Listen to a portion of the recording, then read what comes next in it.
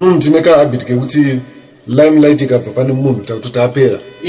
Kuamerica vanatsikeyo ukatasa pane imwe video inobuda Nicki Minaj paakaona Lauryn Hill akapfugama asi ari kurira right now ndi Nicki Minaj Lauryn Hill akatopedzera kuridza kare. Kuamerica vane culture yekuremekedza vakavatangira. Chinoitika ndechekuti chipo chiri pamunhu hachiperi. Limelight ndio inenge yangomuvha chiti yabva pari yauyo pauri hazvina kushata but chiregedza kutuka vakakutangira because ndo vakakuvhurira inzira. Pane ainzi BB King weyo kuti aitoridza zviri slow nokuti wapfanwa wakazoya mashure make vangautoridza magitara aitonga chabuda hutsi so but vese vaiti kana BB King aine show vainozara kumashows aBB King vakazvininipisa vakapeta muswe vachidzidza even though vakuridza kumupfuura but vaizoti vanhu vakatitangira saka culture iyoyo tinoida muno muZimbabwe because ukati munhu Apera uchada kudzidza chipari wakutoti Apera hapana ndini ndiri kurira but kana utasa vacho vatiri kuti Apera vacho vane music ichiri kurira namanje ndo ichiri fresh namanje iyo yakabikwa 20 years ago chaitotanga yakareleaswa nezuro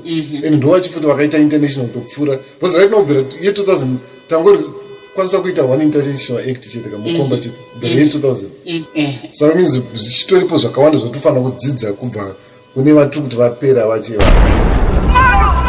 Well, it's monosophical. It is what it is. We say it like it.